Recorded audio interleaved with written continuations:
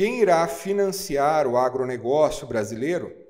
Essa é uma pergunta que é fundamental para a gente entender a dinâmica e o sucesso desse setor tão importante para a economia do Brasil. E é por isso que nós iremos falar sobre esse tema no vídeo de hoje.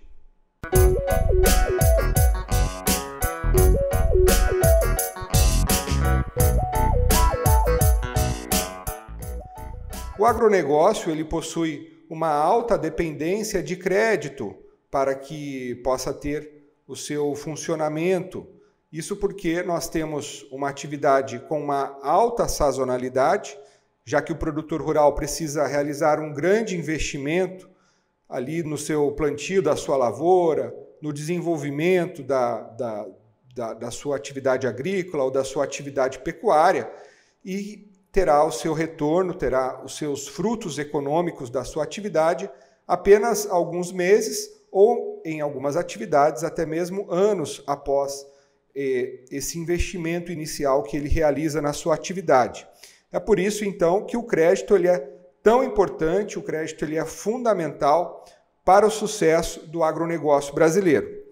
E não é novidade para ninguém que nós temos uma taxa Selic elevada no Brasil. Na semana passada, o Banco Central elevou a taxa para 14,25% ao ano, que é o maior valor desde 2016, e isso traz como reflexo um aumento do custo do crédito, não apenas para os produtores rurais, mas também para as empresas que precisam se financiar para também conseguirem realizar o seu ciclo, o ciclo da sua venda, a gestão financeira, a gestão do seu estoque. Precisam, assim, essas empresas, elas precisam captar crédito a uma taxa de juros mais elevada, o que traz um cenário de maior endividamento e menor liquidez. Além do crédito mais caro, nós temos também no agronegócio um cenário de crédito mais seletivo, de crédito mais restritivo. Isso porque no ano passado, e nesse ano também estamos vendo essa mesma tendência, nós tivemos um recorde dos pedidos de recuperações judiciais e também um recorde dos pedidos de renegociações, de atrasos nos pagamentos, de inadimplência dos produtores, que tiveram tanto problemas climáticos quanto também problemas com a rentabilidade da sua atividade e que assim não conseguiram pagar os seus fornecedores de insumos e os seus credores. E como reflexo desse cenário de maior riscos para quem financia o agronegócio, nós temos a questão da restrição do crédito. Então, além do crédito estar mais caro, ele está mais restritivo para os produtores rurais. Então, nesse cenário, a pergunta que fica é: quem irá financiar os produtores rurais brasileiros na próxima safra? E nós tivemos na semana passada já a divulgação do orçamento fiscal que será utilizado para a subvenção do próximo Plano Safra, o Plano Safra 2025-26, que deve ser anunciado entre junho e julho, e o orçamento reservado para o Plano Safra 2025-26 é de 15 bilhões de reais. E segundo fontes da própria equipe econômica do governo, esse recurso ele é insuficiente para atender toda a demanda do setor, para atender esse crescimento da necessidade de crédito do agronegócio.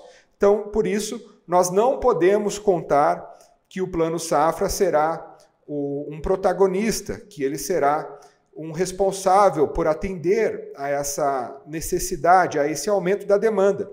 E a gente não pode se esquecer que em fevereiro desse ano nós tivemos, inclusive, a suspensão das contratações de linhas de crédito do Plano Safra, que foi anunciada pelo Ministério da Fazenda, e que logo depois, 2 dias após essa suspensão, em função da pressão das entidades de classe que representam o agronegócio, o governo voltou atrás e voltou a liberar os recursos do Plano Safra. Então, o que nós estamos querendo dizer com isso é que, nesse cenário de crescente endividamento do governo e de altas taxas de juros, a subvenção para o crédito rural fica prejudicada, e é por isso que nós devemos ter ainda um cenário de corda bamba para o setor no que tange a questão da dependência de recursos do Plano Safra para o financiamento da atividade.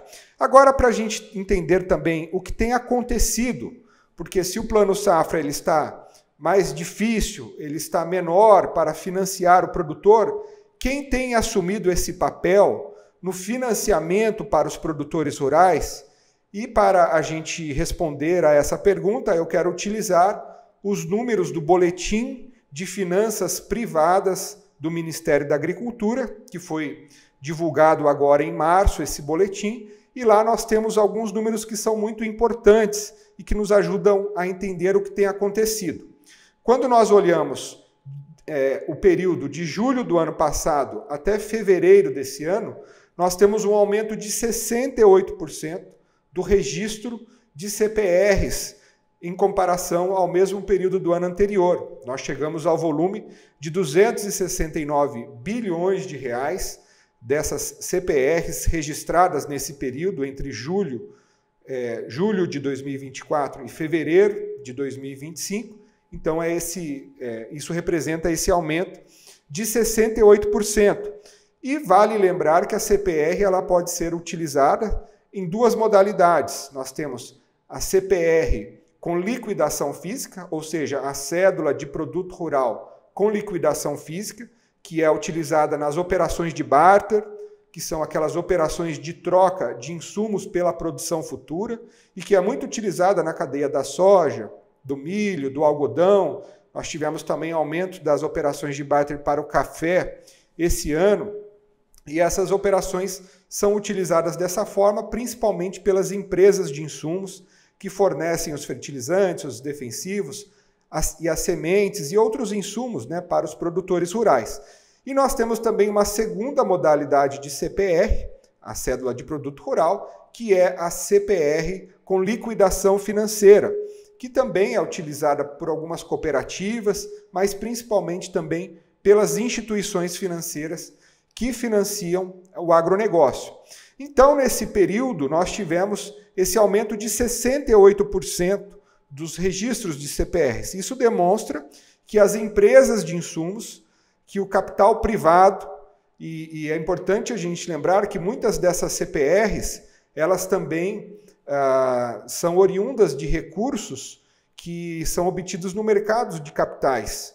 Nós temos os FIAGROS, que são os fundos de investimento das cadeias produtivas agroindustriais, que também tiveram um aumento expressivo nesse ano em relação ao ano passado, chegando ao patrimônio de 44 bilhões de reais em fevereiro desse ano, com 137 fundos atuando, né, como FIAGROS. E os FIAGROS eles levam esses recursos para as indústrias, para as revendas, para as cooperativas, para que, assim, esse crédito possa ser repassado para os produtores rurais. Então, é importante a gente falar sobre isso. Uma outra fonte de financiamento muito importante para o produtor rural é a LCA, que é a Letra de Crédito do Agronegócio. A LCA, diferentemente da CPR, é um título de crédito que pode ser emitido exclusivamente pelas instituições financeiras, ou seja, bancos e cooperativas de crédito. E a LCA ela teve um crescimento de 13% nesse ano em relação ao ano passado, segundo dados do próprio boletim do Ministério da Agricultura. Então, o que nós vemos com esses números é que o crédito mercantil, o crédito privado, ele tem uma taxa de crescimento, ela tem uma taxa de expansão muito acima do crescimento do crédito bancário, que muito desse crédito bancário é lastreado em LCA, na Letra de Crédito do Agronegócio, e também em recursos do Plano Safra, que dependem de subvenção do governo federal, que, como você sabe, você que tem acompanhado a situação da economia brasileira, está cada vez mais escasso, está cada vez mais difícil para que o governo possa subvencionar não só o agronegócio, mas também outros setores. Então, por isso, você que agora pode entender essa dinâmica, como ela está acontecendo e que na nossa avaliação esse processo tende a se acentuar, ou seja, nós teremos um plano safra cada vez menor, cada vez mais escasso e insuficiente para atender a demanda crescente do agronegócio. Em contrapartida, as linhas de crédito privadas serão cada vez mais relevantes para financiar o crescimento do agronegócio. Então, por isso é importante que você, profissional que atua no agronegócio ou produtor rural, possa buscar mecanismos de gestão para melhorar a eficiência do seu negócio, porque disso depende a sua melhor contratação de crédito rural.